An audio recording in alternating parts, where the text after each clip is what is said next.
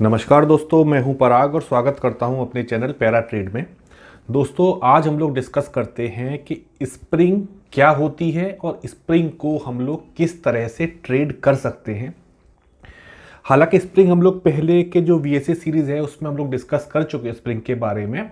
अगर एक quick revision की हम लोग बात करते हैं, स्प्रिंग को अगर हम लोग समझने की कोशिश करते हैं, स्प्रिंग नाम से क्लियर है कि एक हमें जंप के लिए हम यूज़ कर सकते हैं और अपने स्टॉक मार्केट में या शेयर मार्केट में जंप मीन्स एक अप मूव। जब भी प्राइस किसी एक लेवल पर आता है, लेवल मीन्स किसी प्रीवियस सपोर्ट पर आता है या किसी हाई वॉल्यूम एक्टिविटी के बॉटम पर आता है और इस बॉटम के सपोर्ट को ब्रेक किया जाएगा, इसको ब्रेक किया जाएगा और यहां से फिर जो जंप होता है, इस जंप के लिए जो बार यूज की गई या फिर जो बार्स यूज की गई वो हमारे लिए हुआ स्प्रिंग। इसको अगर दूसरे शब्दों में हम लोग बात करते हैं, सपोज हम कहते हैं कि हमने कोई एक रूलर लिया, ये एक रूलर है हमारे पास में और हम क्या कर रहे हैं कि इस पर हम वेट, यहां पर हम लोग इसको यहाँ पर कुछ वेट इस पर रखना शुरू कर रहे हैं। रूलर क्या करेगा, धीरे धीरे धीरे थोड़ा बेंड हो जाएगा, राइट। और हम थोड़ा वेट कर, इस पर और वेट आएगा, फिर थोड़ा सा और बेंड हो जाएगा और एक टाइम आएगा एकदम से ये एक लिमिट तक नीचे जाएगा, उसके बाद एकदम से ये जंप करेगा। तो ये जो जंप करेगा मीन्स ये स्प्रिंग की तरह से वर्क किया। ये हमारा हुआ कि जो प्रेशर था, जो प्रेशर एक सपोर्ट लेवल के नीचे प्राइस को लेके जा रहा था, कुछ देर तो प्राइस रुकी, लेकिन मेन चीज इसमें क्या हुआ कि जो प्राइस है वो प्राइस नीचे जाने के लिए रेडी नहीं है, फर्दर डाउनसाइड जाने के लिए रेडी नहीं है। तो सपोर्ट एरिया के पास में, सपोर्ट एरिया से थोड़ा सा नीचे कुछ टाइम स्पेंड किया और टाइम स्पेंड करने के बाद एकदम से एक हमें अच्छा बाउंस मिलता है। तो इस ओवरऑल जो ये सिस्टम है इसको हम लोग कहते हैं स्प्रिंग। ये चीज तो हुई स्प्रिंग। क्लियर मैंने आपको किया कि किसी भी प्रीवियस सपोर्ट लेवल पर, किसी भी हाई वॉल्यूम एक्टिविटी जो जहां पर हुई है वो लेवल, उस लेवल को जब हम कुछ पेनिट्रेट करेंगे और हम बाउंस बैक करेंगे तो इस सिस्टम को हम लोग कहेंगे स्प्रिंग, राइट। अब हम लोग बात करते हैं कि हम लोग स्प्रिंग को किस तरह से ट्रेड कर सकते हैं। देखो, सबसे पहली चीज, हर एक टूल का, मैं हर एक टूल के लिए कहता हूं कि हर एक टूल की अपनी सही लोकेशन होती है। अगर सही लोकेशन पर हम उस टूल को यूज नहीं करेंगे तो बट ऑब्वियस हम कहीं ना कहीं में फेलियर मिलेंगे, हमारे ट्रेड फेल होंगे। उस टाइम हम कहेंगे नहीं, वीएसए कॉन्सेप्ट अच्छा वर्क नहीं करता है या ये जो भी हम लोग कॉन्सेप्ट सीख रहे हैं सही वर्क नहीं करता है। तो ऐसा बिल्कुल नहीं है। जब तक हम किसी भी सही चीज को सही जगह पर, सही टूल को सही लोकेशन पर अगर यूज नहीं करेंगे तो हमें बेनिफिट नहीं होगा, हमें प्रॉफिट नहीं मिलेगा। तो स्प्रिंग की जो मुझे कहना चाहिए कि सबसे ज्यादा इफेक्टिव वे में कहां पर यूज होता है, सबसे ज्यादा इफेक्टिव वे में यूज होता है जब मार्केट हमारा एक ट्रेंड में चल रहा हो, एक अप ट्रेंड में मार्केट चल रहा हो। सपोज हम अगर बात करते हैं अप ट्रेंड में, मार्केट हमारा एक ट्रेंड में चल रहा है, यहां से गया मार्केट, फिर ऐसे रिट्रेसमेंट के साथ इस तरह से मार्केट चल रहा है। तो इस सिनेरियो में कहीं भी स्प्रिंग अगर हमें मिलेगा तो ये सही लोकेशन होगी स्प्रिंग को ट्रेड करने के लिए। अब हम कहते हैं कि मार्केट जो है हमारा वो डाउन ट्रेंड में चल रहा है, डाउन ट्रेंड में रिस्की है स्प्रिंग को ट्रेड करना। बात करते हैं अभी कि डाउन ट्रेंड में किस तरह से हम लोग स्प्रिंग को ट्रेड कर सकते हैं। अभी फिलहाल हम लोग बात करते हैं कि क्या लोकेशन हुआ। मैंने बताया लोकेशन के एक ट्रेंडिंग मार्केट होना चाहिए, यहां पर मेंशन भी किया हुआ है कि हमें एक अच्छा ट्रेंडिंग मार्केट होना चाहिए। दूसरी चीज हमने कहा कि और उसको और थोड़ा सा रिफाइन करते हैं लोकेशन के लिए कि एक रिट्रेसमेंट, सपोज हम कहते हैं, मैं इसको जस्ट एक स्लाइड मैंने इसमें यूज की हुई है, राइट। अब यहां पर हम क्या देख रहे हैं कि ये प्राइस एक अप ट्रेंड में हायर हाई हायर लो बनाता हुआ प्राइस का मूवमेंट चल रहा है। अब एक रेजिस्टेंस लेवल था जिसको प्राइस ने ब्रेक किया। ब्रेक करने के बाद एक जनरल कॉन्सेप्ट हम सभी को ये पता होता है कि किसी रेजिस्टेंस को जब हम लोग क्रॉस करते हैं तो वो रेजिस्टेंस ऑटोमेटिक सपोर्ट में कन्वर्ट हो जाता है। अभी तक जिस एरिया को क्रॉस करने में प्राइस को प्रॉब्लम हो रही थी, दिक्कत आ रही थी क्रॉस करने में, एक बार जब प्राइस क्रॉस हो जाता है उसके बाद वही सेम लेवल जिसको क्रॉस करने में हमें प्रॉब्लम फेस कर रहे थे, वही हमारा सपोर्ट का वर्क करने लगती है। तो एक ट्रेंड हुआ मार्केट का, ट्रेंड के बाद में एक रेजिस्टेंस लेवल को क्रॉस किया प्राइस ने, और क्रॉस करने के बाद कुछ up move, down move, retracement जैसे होते हैं, और जो पुराना सपोर्ट लेवल है हमारा, सपोर्ट लेवल को पेनिट्रेट किया। पेनिट्रेट करने के बाद प्राइस कुछ हद तक यहां पर नीचे गई। नॉर्मल ट्रेडिंग में हम लोग क्या कहते हैं कि बस ये लेवल ब्रेक हुआ और हम लोग शॉर्ट करते हैं, या लेवल क्रॉस हुआ हम लोग बाई करते हैं। तो जो लेवल क्रॉस होता है अपसाइड, वहां पर हम लोग अपथ्रस्ट देखते हैं, और जो लेवल ब्रेक होता है डाउन साइड, वहां पर हम लोग स्प्रिंग देखते हैं। तो ये लेवल पेनिट्रेट हुआ, पेनिट्रेट होने के बाद एक हमें जंप मिलता है। ये सही लोकेशन है हमारे लिए एंटर करने के लिए। अब देखिए, डिपेंड करता है कि हम स्प्रिंग के बाद तुरंत बाद स्प्रिंग के हाई पर एंट्री कर रहे हैं या फिर हम एंट्री कर रहे हैं उसके बाद टेस्ट पर। वो डिपेंड करता है कि स्प्रिंग का वॉल्यूम कितना आया हुआ है। अगर हाई वॉल्यूम एक्टिविटी है तो मेरी एडवाइस होती है कि आप एक टेस्टिंग हो जाने दीजिए, सप्लाई टेस्ट हो जाने दीजिए, क्योंकि ultra high volume activity generally weakness या सेलर्स की प्रेजेंस को शो करती है, हमेशा नहीं, जनरली।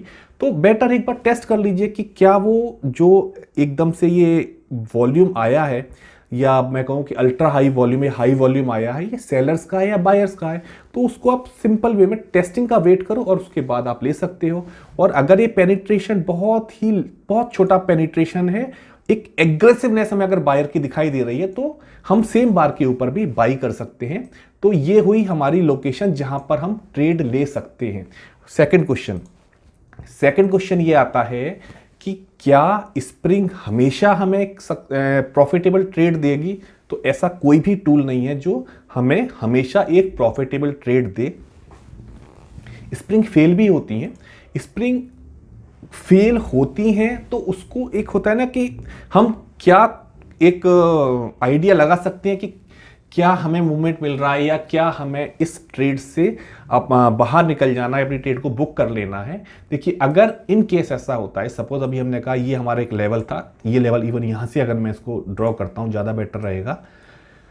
ये एक रेजिस्टेंस था, रेजिस्टेंस को प्राइस ने ब्रेक किया, रिट्रेसमेंट के लिए प्राइस वापस आया, ये फर्स्ट पॉइंट शो किया हुआ है। सेकंड पॉइंट पे क्या किया इसने, लेवल को पेनिट्रेट किया और प्राइस ने लेवल के नीचे ट्रेडिंग शुरू की और प्राइस वापस से ऊपर की तरफ आया, राइट। अब इसके बाद अगर प्राइस लगभग एक ही रेंज में मूवमेंट करता रहे, मींस एक लेवल होता है ना कि इस लेवल को क्रॉस नहीं कर पा रहा, फिर ये स्प्रिंग पॉसिबिलिटी है कि हम एक फर्दर डाउन मूव देख सकते हैं। तो उस केस में एडवाइजेबल ये है कि हम यहां से एग्जिट कर जाएं। अगर फर्दर अप मूव आता है, राइट, तो हमने यहां पर एक जोन ड्रॉ किया हुआ है। अगर इन केस प्राइस बाउंस करता है तो हम किसी भी टेस्टिंग लेवल पर इसको बाई कर सकते हैं। मेरा कहना यह है कि अगर प्राइस बहुत ज्यादा देर तक अपने डेंजर पॉइंट पर रहता है, अपने डेंजर पॉइंट को नहीं लीव कर पाता, एक्चुअली ये मैं मार्क कर देता हूं, ये हमारा हुआ danger point. Danger point means जो स्प्रिंग का लो है वो हमारा डेंजर पॉइंट हो गया, और डेंजर पॉइंट के आसपास ही लगातार अगर प्राइस ट्रेड कर रहा है, इट मींस कि यहां पर अभी जो सेलर्स हैं वो अपना हैंड रेज कर रहे हैं या कर सकते हैं, या मैं कहूं अभी बायर उतना स्ट्रांग नहीं है। देखिए, हो सकता है कि हम यहां से एग्जिट करें और हमें एकदम से एक अप मूव देखने के लिए मिल जाए, पॉसिबिलिटी है। लेकिन मेन चीज ये है कि अगर डाउन साइड आया तो हमें कहीं ना कहीं एक लॉस हो जाएगा, और स्टॉक मार्केट में लॉस ना होना अपने आप में एक प्रॉफिट होता है। तो बेटर ये है कि अगर डेंजर पॉइंट को प्राइस लीव नहीं कर पा रहा है, कंटिन्यूसली उसी रेंज में अगर ट्रेड कर रहा है, तो उस ट्रेड से हम एग्जिट कर लेंगे, कोई दूसरी अपॉर्चुनिटी देख लेंगे। मार्केट में अपॉर्चुनिटी तो हमेशा हर वक्त मिलती रहती है, तो उसकी कभी टेंशन नहीं लेनी चाहिए कि ये एक ट्रेड अगर मेरे पास से चली गई तो दूसरी ट्रेड मेरे साथ मतलब मुझे मिलेगी या नहीं मिलेगी। For sure number of trades हमेशा मार्केट में रहती हैं, केवल हमारी नज़र होनी चाहिए, हमारी एनालिसिस होनी चाहिए कि हम क्लोजली वॉच करते रहे, सही लेवल आने पर सही स्टेप ले सके, राइट। ये हुआ स्प्रिंग का फेलियर। अब तीसरी चीज जैसा मैंने शुरू में कहा था कि अप ट्रेंड में स्प्रिंग बहुत अच्छा वर्क करते हैं, तो क्या डाउन ट्रेंड में कभी कोई स्प्रिंग वर्क नहीं करेगा? ऐसा नहीं है। ऐसा क्यों नहीं है? लेकिन हाँ, इसमें एक चीज और ऐड करूंगा कि अगर डाउन ट्रेंड है तो उसमें हमें वेट करना होगा किस चीज के लिए, एक जिसको हम लोग बोलते हैं चेंज ऑफ कैरेक्टर, कि अगर डाउन ट्रेंड लगातार चल रहा है, चेंज ऑफ कैरेक्टर में अगर आप थोड़े से कंफ्यूज हो ना, तो वाइकॉफ जो स्कीमेटिक सीरीज था हम लोगों ने डिस्कस किया हुआ था कि चेंज ऑफ कैरेक्टर बेसिकली क्या है। अप ट्रेंड से प्राइस का मूवमेंट फ्लैट होना या डाउन ट्रेंड से प्राइस का मूवमेंट फ्लैट होना, उसको हम बोलते हैं चेंज ऑफ करेक्टर। देखो, अगर प्राइस लगातार डाउन ट्रेंड में चल रहा है, इसमें अब छोटा सा आपको एक सपोर्ट मिला, सपोज यहां एक छोटा सा बाउंस मिला, आप तुरंत यहां पर बाई कर लोगे, तो रिस्की है। रिस्की क्यों है? क्योंकि मोमेंटम जो है, मोमेंटम बहुत फास्ट है और इस मोमेंटम के साथ में ये ट्रेडिंग बहुत रिस्की होगी।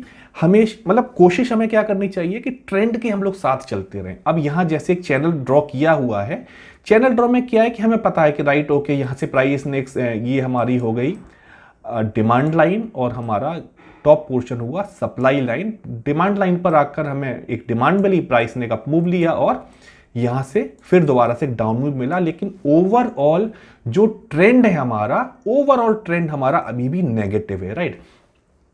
तो इस ट्रेंड को पहले फ्लैट होने देते हैं, इस मोमेंटम को हम लोग कम होने देते हैं। अब ये मोमेंटम किस तरह रुक सकता है, स्कीमेटिक में हम लोगों ने जो डिस्कस किया था कि प्रीलिमिनरी सपोर्ट हमें मिलना शुरू होता है, या फिर हम कहते हैं कि स्मार्ट मनी की एंट्री आना शुरू होती है। कुछ एंट्री यहां हुई स्मार्ट मनी की, कुछ एंट्री यहां हुई, कुछ एंट्री यहां हुई। धीरे धीरे धीरे करके क्या है कि प्राइस अपना नेचर चेंज करने लगता है। जो एग्रेसिवनेस है सेलर की, वो एग्रेसिवनेस कम होने लगती है। उस टाइम का हमें वेट करना है जब तक कि हमें एक फ्लैट बॉटम नहीं मिल जाता, एक सिक्योर ग्राउंड हमें नहीं मिल जाता, राइट। अब ये सिक्योर ग्राउंड हमें किस फॉर्म में मिल सकता है? ये सिक्योर ग्राउंड हमें मिल सकता है सेलिंग क्लाइमैक्स के फॉर्म में, या फिर हमें ये मिल सकता है ग्राउंड एक एग्जॉस्टेड सेलर्स जब हो जाते हैं, सेलर्स का जब एग्जॉस्शन स्टार्ट हो जाता है। अब हम लोग सपोज कहते हैं यहां से स्मार्ट मनी ने सप्लाई को एब्जॉर्ब करना शुरू किया, तो एक टाइम ऐसा होगा कि सेलर्स होंगे ही नहीं, तो यहां पर वॉल्यूम एकदम से लो हमारा हो जाएगा। तो एक सिक्योर हमें बॉटम मिलता है, सिक्योर बॉटम के बाद एक हमें अप मूव मिलेगा, जहां पर कि हम लोग इसको अगर सेलिंग क्लाइमैक्स कहते हैं। तो यहां हमने अभी बात किया कि ये हमारा एक ऑटोमेटिक रैली हो गया। इसके बाद प्राइस दोबारा से इस लेवल को, इस लेवल मींस जो हमारा एक सेफ जोन था जहां पर कि प्राइस ने होल्ड किया, वहां से प्राइस वापस इसको पेनिट्रेट करेगा और डाउन साइड मूव करेगा, राइट। जो रूलर का हम लोगों ने कॉन्सेप्ट देखा था कि किस तरह से बेंड होता जाएगा रूलर यहां पर, और एक टाइम के बाद प्राइस अप मूव में आएगी, प्राइस एकदम से अपसाइड मूव करेगा। तो यहां पर आकर मतलब इसके टॉप पर आकर मतलब ये प्राइस ने डाउन साइड गया और प्राइस दोबारा से जो हमारा जोन है, जो हमारा सपोर्ट लेवल है, इसके ऊपर ट्रेडिंग करने लगता है। हम यहां पर बाई कर सकते हैं। डिपेंड करेगा एंट्री की, अगर बात करता हूं एंट्री कहां करनी है। अगर सिंगल लेवल पर, सिंगल बार पर प्राइस ने लेवल को ब्रेक किया, आइस स्टोरी हम लोग बात करते हैं कि आइस को ब्रेक किया और सेम होल से प्राइस वापस से आया, हम यहां पर बाई कर सकते हैं। अदरवाइज अगर सेम जो चीज मैंने पहले रिपीट की थी कि अगर हाई वॉल्यूम एक्टिविटी है तो फिर बेटर है कि हम वेट करें एक टेस्टिंग के लिए। हम वहां पर देख सकते हैं, या तो हमें एंट्री यहां मिल जाएगी या कुछ मूवमेंट के बाद हम दोबारा से एंट्री लेंगे और फर्दर जो हमारा पहला टारगेट होगा, बट ऑब्वियस एआर का जो टॉप होगा वो हमारा पहला टारगेट होगा, वहां तक हम वेट कर सकते हैं। लेकिन अगर प्राइस हमारी डेंजर पॉइंट के आसपास ही ट्रेड करती रहती है, सपोज अभी हमारा डेंजर पॉइंट क्या है, हमारा डेंजर पॉइंट ये है, लेवल हमारा यहां पर आया हुआ है, और प्राइस का मूवमेंट अगर इतने ही एरिया में लगातार प्राइस यहां ट्रेड करती रहती है तो हम यहां से एग्जिट कर लेते हैं, राइट। तो स्प्रिंग सही लोकेशन क्या है वो हमें पता होना चाहिए कि अगर अप ट्रेंड है तो वहां का रिट्रेसमेंट लेवल को एक बार प्राइस क्रॉस करे, क्रॉस करने के बाद होल्ड करे और उसके बाद पंचर करे सपोर्ट लेवल को, वो हमारे लिए बेस्ट लोकेशन है। फेलियर के चांसेस कम है वहां पर। वॉल्यूम का स्पेशली हमें हमेशा ध्यान रखना है कि कहीं भी ऐसा ना हो कि अल्ट्रा हाई वॉल्यूम एक्टिविटी हो रही हो और हम ये सोच के वहां पर एंटर कर रहे हो कि राइट यहां तो बहुत सारा बायर होगा। वो कैलकुलेशन गलत है। हो सकता है वहां पर बायर हो, ज्यादा से ज्यादा क्या होगा, कुछ पॉइंट्स ऊपर जाकर हमें एंट्री मिल जाएगी। अगर अल्ट्रा हाई वॉल्यूम में बायर है तो फॉर श्योर वो तो मूव काफी अच्छा मूव मिलेगा, तो कुछ पॉइंट्स ऊपर जाके एंट्री कर लेंगे। जरूरी क्या है कि हम बॉटम से ही एंट्री करें। वॉल्यूम का स्पेशली हमें ध्यान रखना है, और एक्चुअली वीएसए का सारा कॉन्सेप्ट ही वॉल्यूम का है कि वॉल्यूम को हर हालत में हमें क्लोजली वॉच करना है कि वॉल्यूम की क्या एक्टिविटी है, राइट। तो पहला केस हुआ अप ट्रेंड में, सेकंड बताया कि फेलियर में अगर हमें लगता है कि यहाँ फेलियर हो सकता है तो हम वहां से एग्जिट करेंगे। थर्ड बताया कि डाउन ट्रेंड में स्प्रिंग को कैसे यूज किया जाएगा, जब तक कि जो उसका कैरेक्टर है कैरेक्टर चेंज ना हो तब तक हमें एंट्री नहीं करनी है, राइट। चलो दोस्तों, आज ओवरऑल कॉन्सेप्ट हम लोगों ने डिस्कस किया है कि कॉन्सेप्ट स्प्रिंग का क्या होता है। आज कोई एग्जांपल मैं लेके नहीं चला हूं क्योंकि ये चीज़ हम लोग डिस्कस कर चुके हैं। बस एक